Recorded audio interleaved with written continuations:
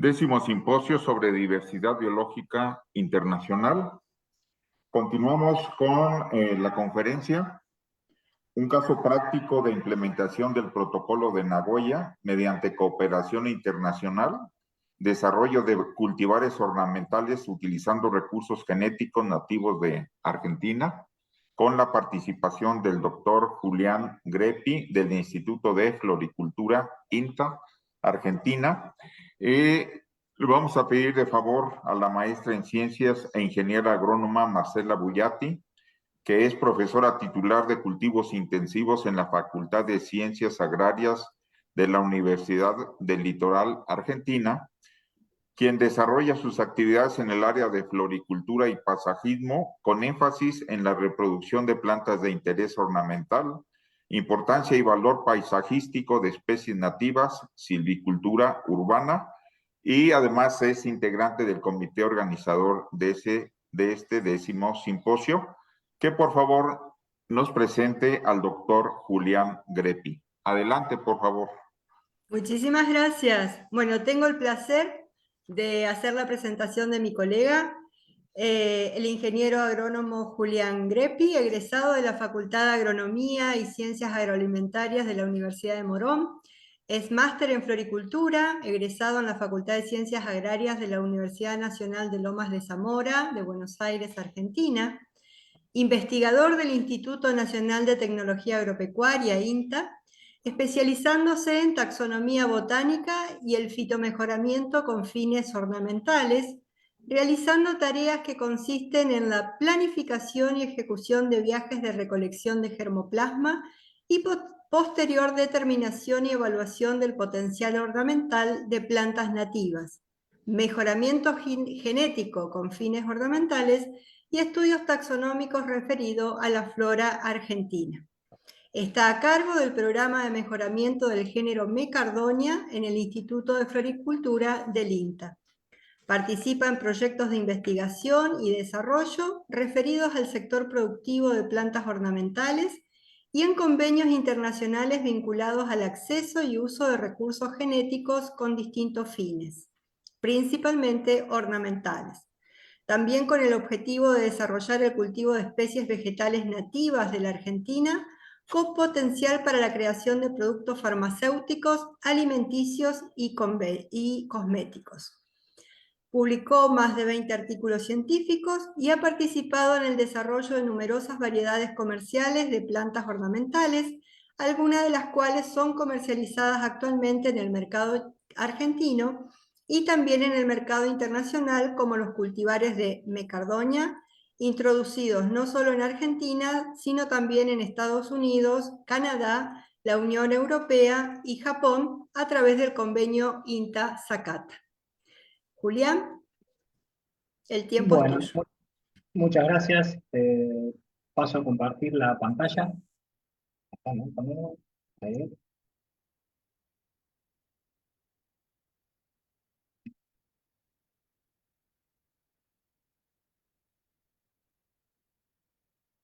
¿Está?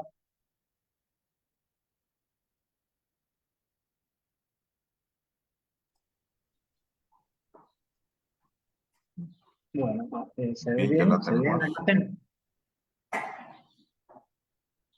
Bueno, antes que nada quiero agradecer a los organizadores del simposio por la invitación, en nombre mío y del Instituto de Floricultura del INTA. Bueno, como se mencionó al principio, el título de mi charla es un caso práctico de implementación del protocolo de Nagoya mediante cooperación internacional, donde vamos a focalizarnos en el humilde trabajo que hemos hecho en el desarrollo de cultivares ornamentales, utilizando recursos genéticos de la Argentina, pero siempre girando alrededor de querer destacar la importancia del protocolo de Nagoya en cuanto a los lineamientos para facilitar el acceso al uso de los recursos genéticos nativos, y la importancia de, bueno, compartir esos recursos genéticos mediante cooperaciones internacionales.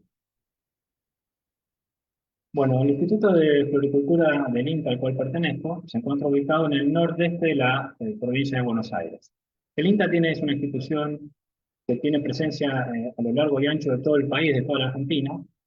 En la provincia de Buenos Aires, donde se puede ver el puntito rojo en el nordeste, en la figura que aparece en la pantalla, se encuentra el Centro Nacional de Investigaciones Agropecuarias del INTA, y dentro del cual hay algunos institutos. Uno de ellos es el Instituto de Floricultura, en el cual yo me desempeño.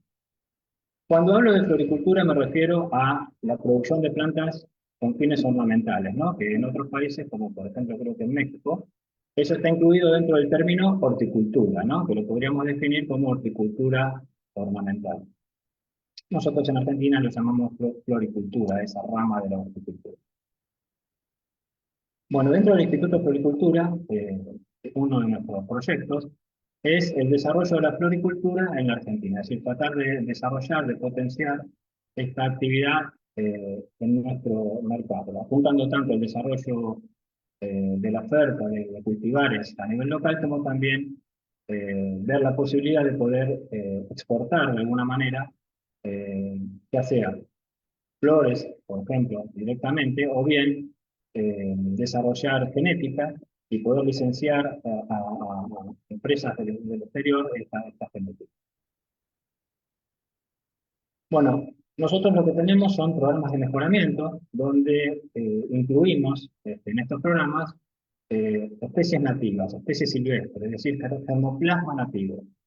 Este germoplasma, esta variabilidad que existe en la naturaleza, es nuestra materia prima para el mercado. Por ejemplo, en la pantalla pueden ver en la izquierda el caso de mecardonia, ¿no? Que es uno de los cultivos que hemos desarrollado. En la izquierda se ven unas imágenes de especies silvestres de mecardonia, y en la derecha de la pantalla se puede ver una plantita de mecardonia que ya es un cultivar desarrollado, donde claramente se ve que tiene sus características ornamentales potenciadas, ¿no? Es una plantita con mejor forma, con una buena cantidad de flores. No solamente nos referimos al mejoramiento o apuntamos al mejoramiento de las características en sí visuales, ornamentales, sino que también, como en todo cultivo, esto tiene que ir también acompañado de un mejoramiento de las características agronómicas, como por ejemplo el vigor, tolerancia a distintos ambientes, a plagas, a enfermedades, ¿no? Bueno, este proceso de incluir germoplasma silvestre en los programas de mejoramiento tiene distintas etapas. La primera etapa claramente es la recolección en campo de ese germoplasma nativo. Se organizan viajes de recolección de acuerdo a la especie o el grupo de especies de interés. Se estudia la información botánica disponible, como por ejemplo, muy importante, la distribución geográfica, la época de floración, la época de fructificación, para poder colectar ese material, ¿no? Luego ese material es ingresado en nuestro instituto, en los programas de mejoramiento, donde pasamos a la siguiente etapa, que es la etapa de caracterización y mejoramiento, propiamente dicho. Es decir, la domesticación. Este proceso de domesticación es un proceso clásico, donde básicamente lo que hacemos son cruzamientos e interespecíficos y la posterior selección en la descendencia, ¿no? Vemos de esa descendencia que obtenemos cuáles son las plantas que nos sirven de acuerdo a las características deseadas. Y finalmente, cuando tenemos ya un material que consideramos superior, digamos, que tiene las características que nosotros queremos, ese material se registra como un cultivar en el Registro Nacional de Cultivares. También está el registro de propiedad intelectual de cultivares en Argentina. En otros países se pueden patentar incluso. Y finalmente ese material o ese cultivar tiene que llegar al sector productivo, ¿no? Entonces también nos encargamos de esa última etapa, que es la transferencia al sector comercial. Bueno, el uso del germoplasma nativo puede apuntar a dos finalidades distintas. Una puede ser la de incrementar la variabilidad genética de los cultivos que ya se encuentran instalados en el mercado, como por ejemplo Calibrachoa, que es la plantita de flores fucsias con el centro negro y amarillo que pueden ver hacia la izquierda de la pantalla, ¿no? Es una Calibrachoa. En Argentina existen, bueno, el género Cladiopetracoa está compuesto por alrededor de 24 o 25 especies, son originarias de Sudamérica, el sur de Brasil, nordeste de Argentina, Paraguay, Uruguay. Y es un cultivo que fue introducido en el mercado en la década del 90.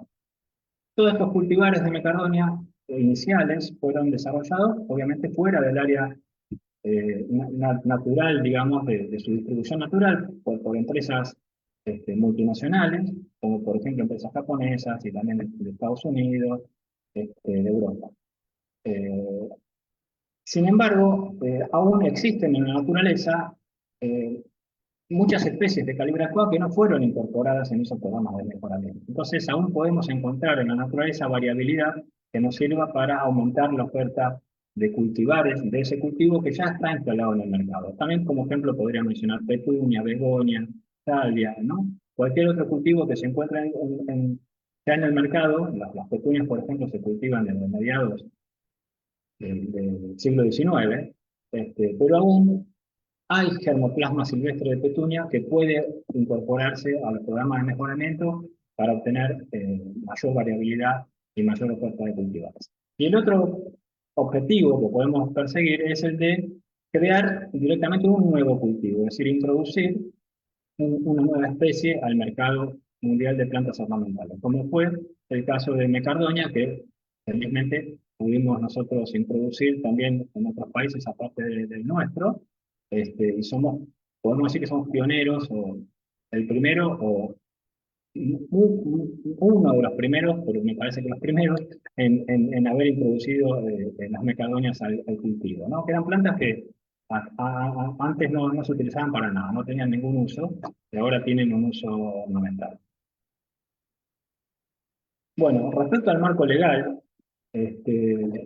tenemos un marco legal internacional, que es el Convenio de Diversidad Biológica, ¿no? El CBD por su sigla en inglés. Este convenio se firma en el año 1992, al cual adhieren los países miembros de Naciones Unidas.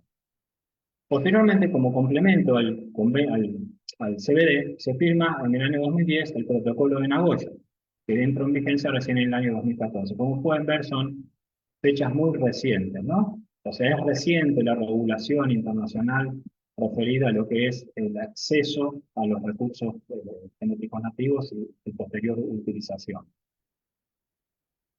Bueno, el CBD básicamente lo que establece son lineamientos, y después cada país, cada estado tiene el derecho de poder implementar sus propias leyes para regular esos lineamientos que establece, esos lineamientos generales que establece el CBD.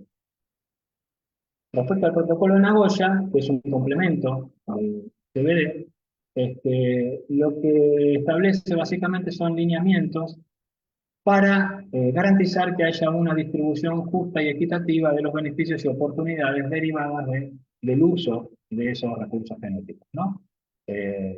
Esto se conoce como ABS, por su sigla en inglés, ¿no? Hace referencia a esa distribución de beneficios que debe haber, ¿no?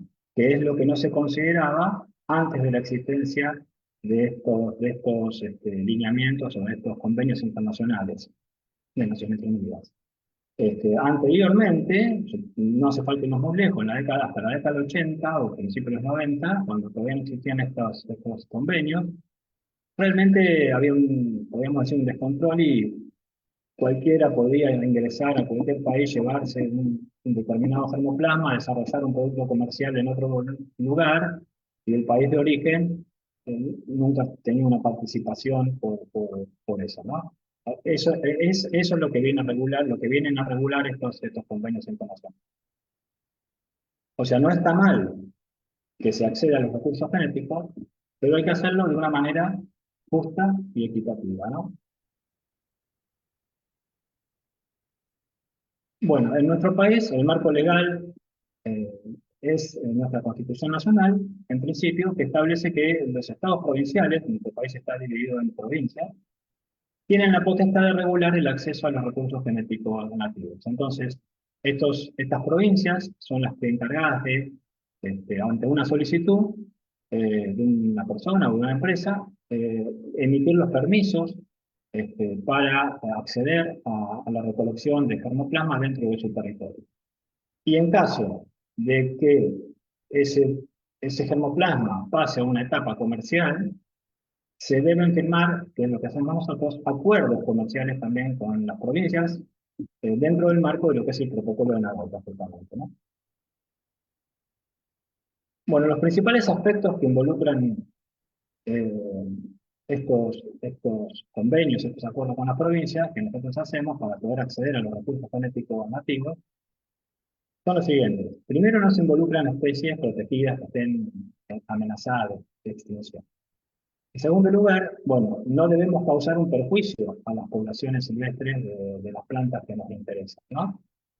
El uso también es un uso limitado, es decir, el germoplasma que colectamos solamente puede ser utilizado para el uso que nosotros dijimos que lo íbamos a usar, que en este caso es ornamental. Y finalmente, hay que acordar respecto a la distribución de los beneficios, ¿no? Que pueden ser monetarios o no monetarios o las dos cosas, ¿no? Bueno, respecto a los nuevos cultivares que se desarrollan, bueno, obviamente el objetivo es que esto ingrese al mercado, ¿no? Que tenga una utilidad comercial.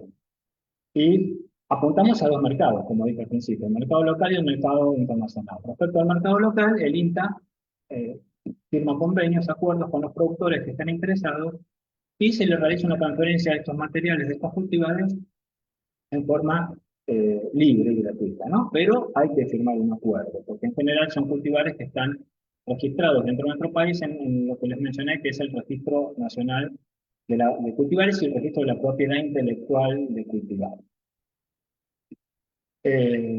Y por otro lado, el mercado internacional, donde el INTA firma convenios con empresas internacionales, multinacionales en general, que tengan interés en comercializar nuestras plantas.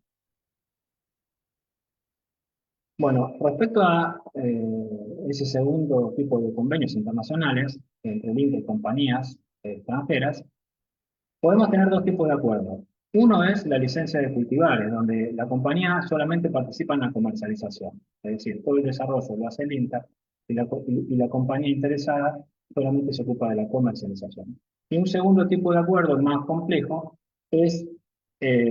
son aquellos acuerdos de investigación y desarrollo donde la compañía también participa en la investigación y desarrollo del producto y también obviamente en la comercialización. Como ejemplo del primer acuerdo, la licencia de variedades, les puedo mencionar una experiencia que tenemos, que es con la Calibrachoa, que se llama Garden Rose, que fue licenciada a la empresa Product de Estados Unidos. Como ejemplo del segundo caso, que son los acuerdos de investigación y desarrollo, tenemos varios ejemplos. Uno de ellos, que es el más antiguo, que por suerte hasta el día de hoy, después de muchos años, tendría que sacar la cuenta, estamos renovando ese convenio permanentemente, es con la empresa Sakata. Sakata es una empresa japonesa, es un semillero importante a nivel mundial, dedicado al desarrollo de genética de plantas hortícolas, vegetales y alimentos, y también de plantas ornamentales. El convenio que nosotros tenemos con Sakata, al igual que con las otras empresas que les voy a mostrar más adelante, siempre es el mismo, ¿no? Desarrollar cultivares ornamentales utilizando el germoplasma nativo de la Argentina. Otro ejemplo es con la empresa Pan American Seed. Otro ejemplo es con la empresa FAG, también de Japón. Bueno, las principales actividades dentro de este tipo de convenios con empresas extranjeras incluyen las siguientes actividades: la recolección y evaluación de germoplasma silvestre nativo, la caracterización y domesticación, es decir, el mejoramiento genético, y finalmente el registro y la comercialización de esos cultivares. Los aportes, las contribuciones que realiza la compañía dentro de este acuerdo son los siguientes: el costo de los viajes de recolección y programas de mejoramiento, soporte técnico, viajan permanentemente expertos de la compañía que nos dan un poco la idea de lo que la compañía necesita. Bueno, se ocupa la compañía también del registro o patentamiento en el exterior de los cultivares INTA, y finalmente el pago de la regalía, es decir, la compañía después debe pagar o compartir parte de los beneficios económicos que obtiene con el INTA.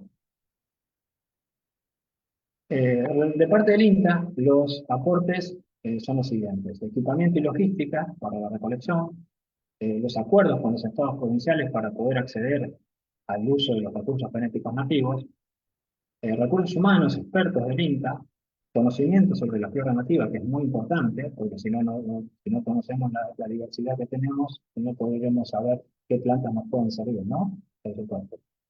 Y finalmente, bueno, la distribución de las regalías que recibe, es decir, la compañía paga regalías al INTA y a su vez el INTA comparte esas regalías con la provincia de origen del germoplasma que se haya utilizado o que haya participado en el desarrollo de los cultivares, ¿no? Bueno, hay algunas imágenes a modo de ejemplo de las tareas que realizamos. Las dos imágenes superiores son imágenes de recolección a campo de germoplasma. En general lo que recolectamos son semillas o bien esquejes, para después enraizarlos y poder utilizar el germoplasma. Las imágenes de abajo son imágenes del proceso, digamos, de mejoramiento y evaluación de las plantas, de los híbridos en general son híbridos específicos que vamos obteniendo. Bueno, algo importante a destacar dentro de este tipo de acuerdos, un poco como ejemplo el caso del convenio entre Olympia y Sakata, pero lo mismo es con las demás compañías, es que este es un modelo de acuerdo que considera el origen de los recursos genéticos, es decir, estamos reconociendo el origen, que es Argentina o una provincia de Argentina, y al mismo tiempo introduce un sistema de regalías o de royalty de acuerdo al grado de participación de las partes involucradas. Es decir, de acuerdo a cuál sea, la medida, digamos, de acuerdo a la medida en que cada parte ha participado, es que después se establece el porcentaje de regalías que le corresponde, ¿no? No es lo mismo que nosotros enviemos a la empresa 50 materiales a que enviemos un material que consideramos que ya es selecto. Es decir, si enviamos 50, después la selección la va a hacer la empresa. En cambio, si enviamos uno que nosotros ya seleccionamos previamente y la empresa lo acepta, digamos, ahí el grado de participación nuestra es mucho más, ¿no? Bueno, ahora paso a mostrarles un poquito cuáles son los cultivares que hemos desarrollado hasta el momento, algunos, porque no hay tanto tiempo, pero algunos por lo menos podemos ver. Empezamos por el caso de Mecardonia. Antes que nada quiero decir que todos los cultivares, no solo de Mecardonia, sino de los demás especies o géneros que trabajamos, nuestros cultivares son de multiplicación agámica, es decir, los multiplicamos en general a través de la eh, producción de esquejes que ponemos a enraizar. No se puede hacer una multiplicación por semilla de estos cultivares porque al estar utilizando o incorporar al programa de mejoramiento eh, material o plantas silvestres con un alto grado de heterocigosis, ¿no? De variabilidad genética, sería imposible obtener por semilla en un corto tiempo una variedad o un cultivar que sea homogéneo y estable, ¿no? Que es uno de los requisitos para poder registrarlo como cultivar. Tendríamos demasiada segregación cuando quisiéramos multiplicarlo por semilla. Entonces, para evitar eso, lo que se hace es generar clones, es decir, lo que nosotros seleccionamos es un individuo y ese individuo pasa a ser un clon que se multiplica en forma gámica por esquejes y de esa forma se produce el cultivar. Sea fértil o no ese cultivar, ¿no? En el caso de las mecardonias no hay problema, o mejor dicho, es la única forma de poder multiplicar los cultivares de mecardonia es justamente la multiplicación agámica, ya que los cultivares de mecardonia que hemos desarrollado, salvo uno, son todos estériles, es decir, no producen semillas y también generalmente el polen es inviable. En otros casos, los cultivares son fértiles y producen semilla, incluso, o sea, y esa descendencia incluso es fértil, pero en el caso de las macardonias no. La esterilidad, a mi modo de ver, en estos cultivares ornamentales, es una característica deseada, no siempre se puede obtener, no siempre se puede lograr. En el caso de Mecardonia es sencillo porque las especies de Mecardonia, que en Argentina hay alrededor de 5, Mecardonia es un género americano, exclusivamente americano, del sur de Estados Unidos hasta el norte de la Patagonia, en Argentina y Chile. Principalmente el centro de distribución es el sur de Brasil, nordeste de Argentina. Uruguay también y un poquito de Paraguay. Y estas especies de mecardonia en general tienen alto grado de incompatibilidad reproductiva. Con lo cual, no siempre se las puede cruzar y en caso de que se pueda obtener híbridos, que se puedan obtener híbridos, suelen ser estériles esos híbridos, así que los cultivares obviamente son estériles si son una F1 estéril. No se puede, esto es una complejidad para el mejoramiento porque no podemos avanzar hacia una F2 donde obtendríamos mayor variabilidad y podríamos seleccionar más cultivares, pero es un beneficio en el sentido de que ese cultivar, al ser estéril, como es una planta ornamental y no nos interesa producir granos para consumir como alimento, sino que simplemente es una cuestión estética, al ser estéril ese cultivar, evitamos que pueda transformarse en un problema en otro ambiente, en otro país, ¿no? Perjudicando o causando daño económico en algún otro cultivo o incluso en el medio ambiente, ¿no? Transformándose en una planta invasora y compitiendo con la flora nativa de ese lugar. Lo mismo ocurre en su centro de origen, digamos. En el nordeste de Argentina, las mecardonias es parte de su centro de origen, y si vamos a cultivar estos cultivares, valga la redundancia, en su centro de origen, también es bueno que sean estériles, es una característica deseable, porque vamos a evitar de que nuestros híbridos, que en realidad no existen en la naturaleza, intervengan o interfieran en el proceso de selección natural de estas especies silvestres emparentadas. ¿Me explico? Y acá, bueno, al margen, ya que estamos hablando de plantas, me voy un poquito por las ramas, y lo mismo pasa, por ejemplo, en México, ya que estamos con amigos mexicanos, colegas mexicanos, lo mismo pasa en México con el maíz. México es centro de origen del maíz. Y tengo entendido que en México no está permitido el cultivo de los maíces modernos, transgénicos, ¿no? de alto rendimiento. Y eso es justamente para preservar las razas indígenas de maíz, que en México hay alrededor de 60, algo más de 60, que son razas que se vienen domesticando desde tiempos prehispánicos, ¿no? Desde miles de años, alrededor de 9.000 años, por ahí inicia la domesticación del maíz en México. Entonces, esta forma de evitar que cultivares modernos de maíz ingresen, es una forma de preservar no solo parte de la identidad cultural de México, muy ligada al maíz, sino también de preservar esas razas de maíz, esas razas indígenas de maíz, que constituyen también un tesoro genético, ¿no? Muy importante para garantizar la seguridad alimentaria de la humanidad a futuro, ¿no? Así que muchas gracias México por conservar esos maíces, esas razas indígenas de maíz.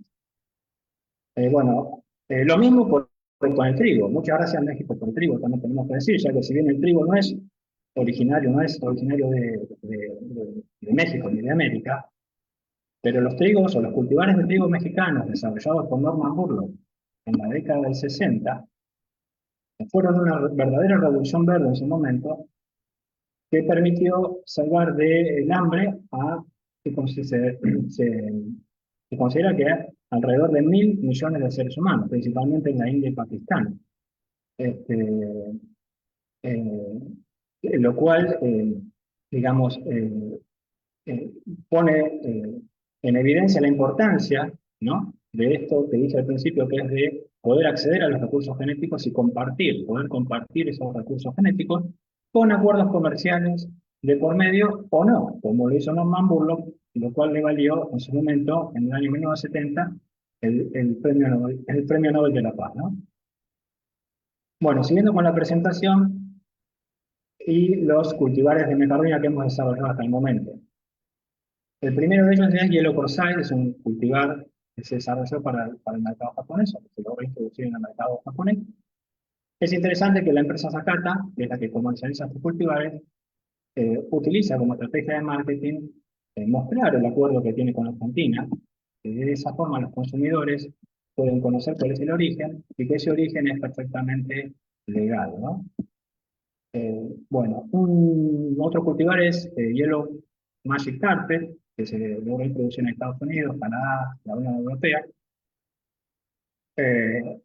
Otro cultivar es Yellow Jewel para Europa y Japón, se comercializa actualmente en Europa y Japón. Otros cultivares de otro género, begonia en este caso, también comercializados, también desarrollados con colaboración nuestra y comercializados por la empresa Sakata. hemos utilizado una especie nativa que es Begonia cucullata que aportó variabilidad a la serie comercial Viking de la empresa Sacar. Esto es bastante reciente. Bueno, con respecto a begonia, también es un género interesante en Argentina, ya que estoy mencionando la begonia, les muestro un poquito.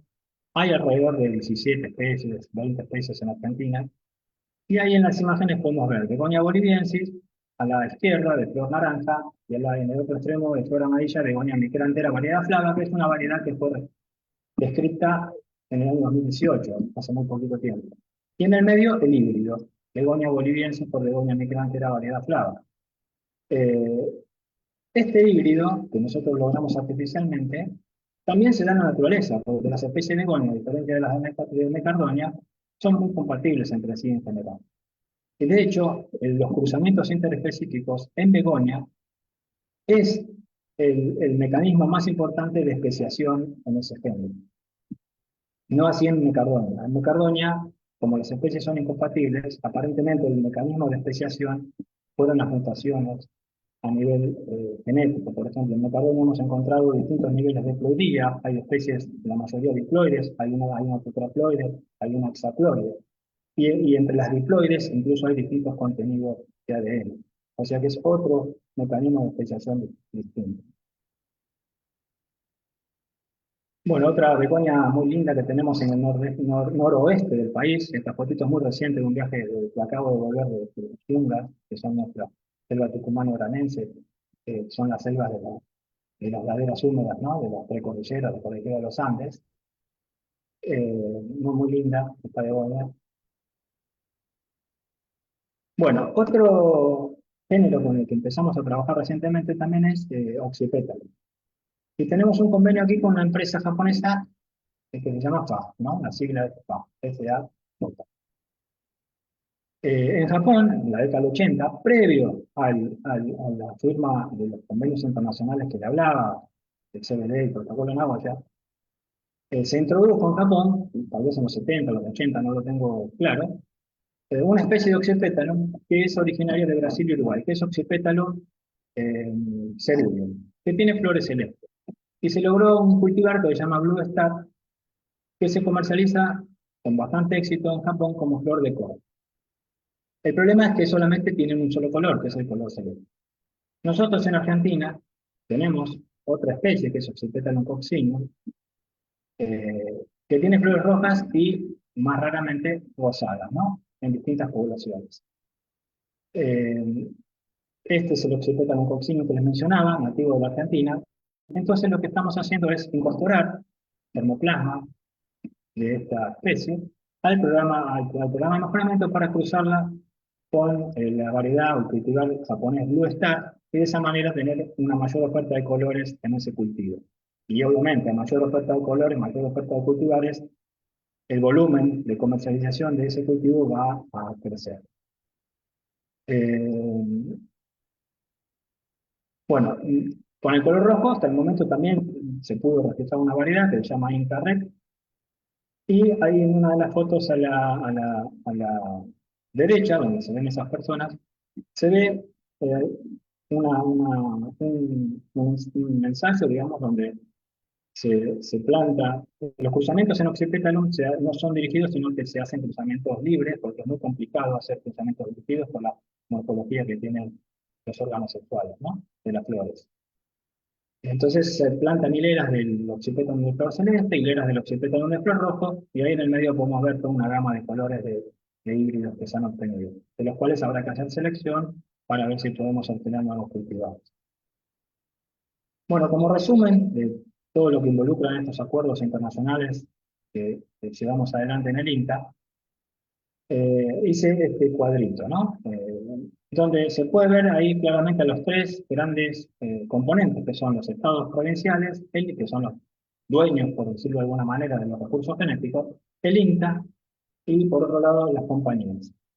Desde los estados provinciales hacia el INTA, lo que se moviliza son justamente los recursos genéticos, mediante permisos de recolección de germoplasma y firma de acuerdos, ¿no? A su vez, entre el INTA y la compañía se lleva a cabo todo el desarrollo del producto y la compañía finalmente se encarga de la comercialización de esos productos. Y desde el otro lado, es decir, que las compañías hacia el INTA fluyen regalías y a su vez el INTA también comparte esas regalías con los estados provinciales. Todo esto enmarcado dentro de lo que es el protocolo de Nagoya, ¿no? Y del convenio de diversidad biológica. Bueno, estos son otros cultivos de los cuales hemos desarrollado cultivares, de Bélgica, de Anularia, Macarrones de la Nombre, Calibracoa, Guapacho, Tecoma, y hay otros más que, bueno, no nos da el tiempo ahora para tratarlos, pero estos son los primeros con los que empezamos a trabajar ese año. Bueno, acá les muestro otros cultivares de Macarrón, y aparte de los que se comercializan a través de Zacata en el mundo, tenemos estos por el momento para el mercado local, para que ya fueron transferidos a los productores locales.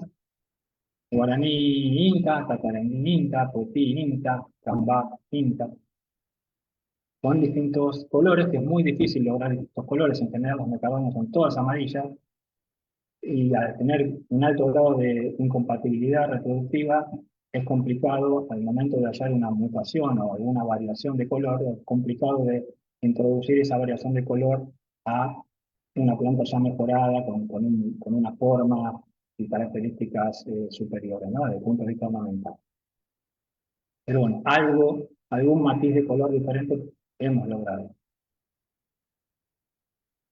Bueno, con respecto a los beneficios o aportes que se generan a partir de todo este trabajo, quiero resaltar que no todo consiste en un beneficio económico, ¿no? Hay otros beneficios también. Como por ejemplo el desarrollo de nuevos conocimientos a través de las publicaciones científicas. Como ejemplo, ahí tengo 3, tenemos muchas más.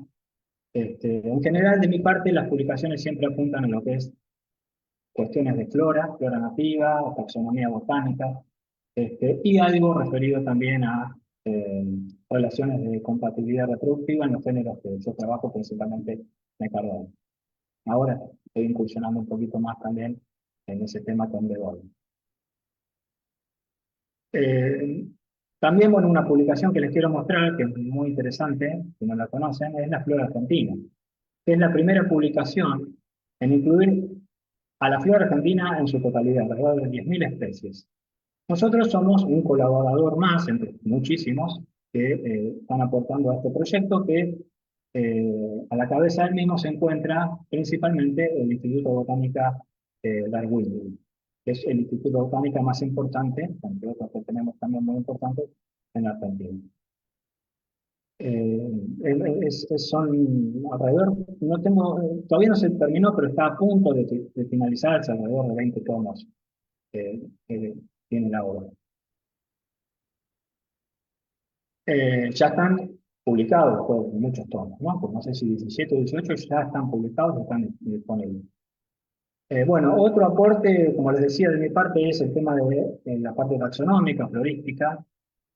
Y si bien me dedico al mejoramiento, al tipo de mejoramiento con fines ornamentales, como tengo una formación de base botánica, taxonómica, si encuentro cuestiones interesantes con las plantas que me toca trabajar, bueno, avanzo en esa materia también. Y tuvimos la suerte de encontrar, hace poquito, en el año 2017, una nueva especie de petunia, la que llamamos petunia correntina, que la publicamos junto con un destacado botánico brasilero que es João Renato Stegman, que ahí figura como compañero mío en la sigla de la especie, que él es especialista en solanáceas y en particular en petunia y calibracoa, que son dos géneros muy relacionados entre sí.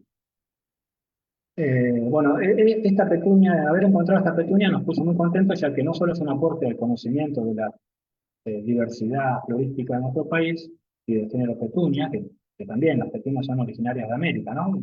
De Brasil, principalmente todo lo que es el centro de distribución y origen de petunias del sur de Brasil, Uruguay, nordeste de Argentina, Paraguay, y hay una especie aislada de las 16 especies de petunias que se conocen en la actualidad, solo una está aislada más al oeste, está en la zona andina, en Bolivia y noroeste de Argentina. Y también en Argentina hay una subespecie también, aparte de esa especie que es petunia occidental, y justamente por esa distribución más occidental que tiene. Pero el resto de las 16 especies, o sea, las 15 especies restantes, están todas distribuidas en esa área que les mencionaba recién, que es el sur de Brasil, Uruguay, nordeste de la Argentina, este, y este de Paraguay. Bueno, más allá del aporte de conocimiento de la flora y de género Petunia, también estamos contentos porque es un aporte también a la parte comercial, porque el género Petunia es uno de los cultivos ornamentales más difundidos e importantes a nivel mundial. Bueno, con respecto a Petunia, profundizo un poquitito más. Este, como les dije recién, el origen es sudamericano, en esa área hacia el este, hacia el Océano Atlántico, que les comentaba recién. Y el origen del cultivo Petunia data desde mediados del siglo XIX, ¿no? Las primeras petunias en llegar a Europa fueron colectadas por los botánicos Philip Thompson y Jane Barrett. Dicho sea de paso, Jane Barrett, una mujer destacada botánica, es muy interesante la historia, si no la conocen, les recomiendo leer al respecto. Gracias a este viaje en el cual recolectan las petunias, es reconocida como la primera mujer en haber dado la vuelta al mundo.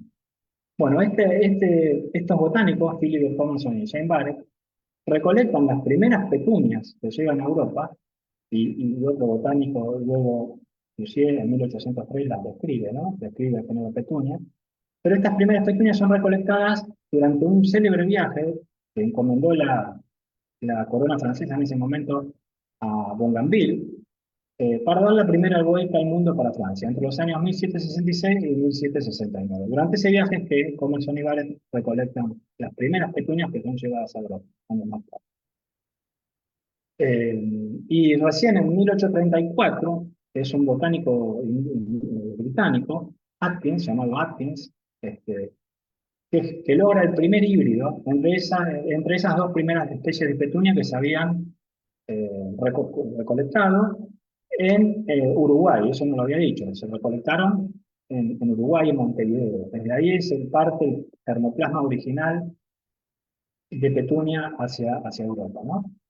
Y el primer híbrido que se obtiene, que lo obtiene este jardinero que se llamaba Atkins, fue entre el cruzamiento entre estas dos primeras especies originarias de Uruguay, que también están en Argentina, también están en Brasil, que son Petunia axillaris y Petunia integrifolia. Y el híbrido fue bautizado, digamos, fue reconocido como Petunia por Atkinsia. Ese es el inicio del cultivo petunia. Obviamente, estamos hablando de muchísimos años atrás, todavía no existía el protocolo de Nagoya, el convenio de diversidad biológica, así que no había regulaciones, el germoplasma fluía libremente sin ningún tipo de control, y luego, como les dije al principio, no hay que irnos tan atrás en la historia, sino que basta con irse hasta el principio de la década del 90, ¿no? Bueno, aparte de esa pequeña correntina que les mostraba, también tuvimos la suerte de encontrar otras especies nuevas, que acá hice una pista. No son muchas, pero contentos por haber encontrado algunas. Una de ellas es Mecardonia kamogawa, se la dedicamos a un colega nuestro japonés, Tomohiro Kamogawa, que es un poco el alma de este proyecto. Otra especie de Mecardonia que encontramos, le pusimos de nombre científico Mecardonia reneae, dedicada a René Fortunato. René Fortunato es una destacada botánica argentina, hoy directora del Instituto Botánico Darwinian, que les mencioné hace un ratito, donde se está llevando a cabo, encabezando el proyecto de flora argentina. Y tuve la suerte de que René sea también mi profesora de botánica en la universidad, así que muchas gracias René por todo lo que me enseñó. Otras especies que hemos descrito son Calligracoa ancestila, Calligracoa gandiana, Calligracoa linoides, los peces linoides, y, bueno, Petunia correntina, que los mencionaba hace un ratito. Bueno, siguiendo con los beneficios, con otros beneficios derivados más allá del beneficio económico, tenemos, bueno, un agregado de valor a los recursos genéticos nativos, como fue el caso de Mecardonia, que eran una planta, o son unas plantas que no se utilizaban, no tenían ningún uso, y ahora tienen un valor agregado, más allá de los beneficios ambientales, ¿no? Que ya generan de por sí estas especies silvestres. Pues, por ejemplo, las Mecardonias son muy visitadas por las abejas, pero ahora tienen un uso económico más, o sea, directo, que le damos nosotros que es el uso ornamental. Y bueno, algo muy importante, que es sobre todo sobre lo que gira esta presentación, que es el reconocimiento del origen del germoplasma, es decir, esa cooperación internacional que permite, bueno, avanzar en el desarrollo de nuevos productos que puedan llegar al mundo y que sean de utilidad para las personas. Este trabajo que nosotros realizamos, justamente, si bien es pequeño el aporte, pero a modo de ejemplo, es un buen ejemplo justamente de lo que son los lineamientos establecidos por el protocolo de Nagoya.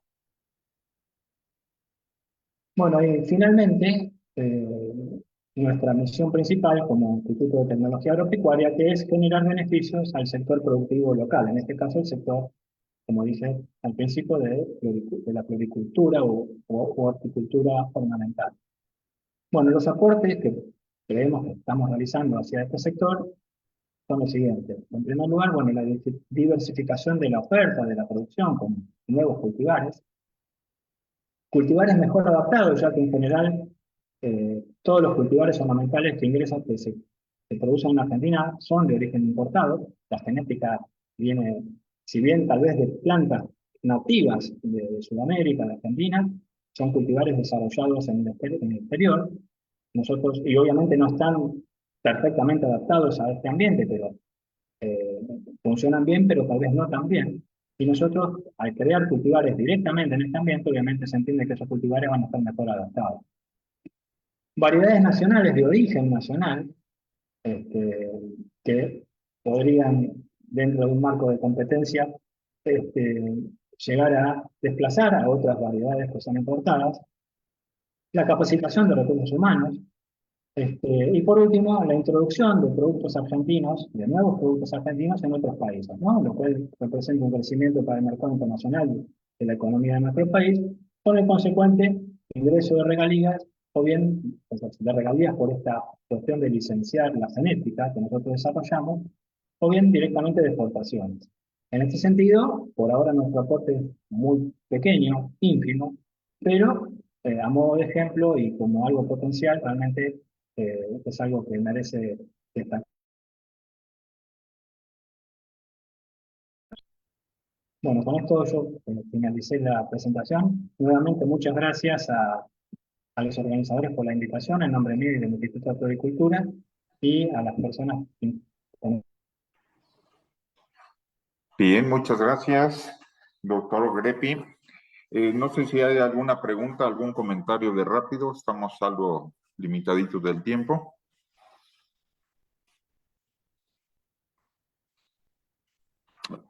Bien. Armando, creo que Sí, se adelante, cayó. adelante.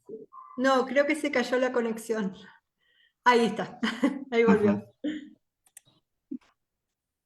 Bien, maestra Bullate, ¿no usted tenga algún comentario? No, agradecer el pedido de colaboración y la invitación a participar desde la Universidad Nacional del Litoral, y lo dejo a Julián, que volvió. De acuerdo. Bien, pues agradecerle mucho, doctor Julián Greppi, su valiosa participación, muy interesante, y también el valioso apoyo de la maestra Marcela Bullati, ¿sí? En esta presentación. Muchas gracias y esperamos seguir en contacto. Cuando gusten venir por acá en México, los esperamos acá por la Universidad Autónoma Metropolitana. Con todo gusto. Muchísimas gracias nuevamente. Gracias, hasta luego. Saludos.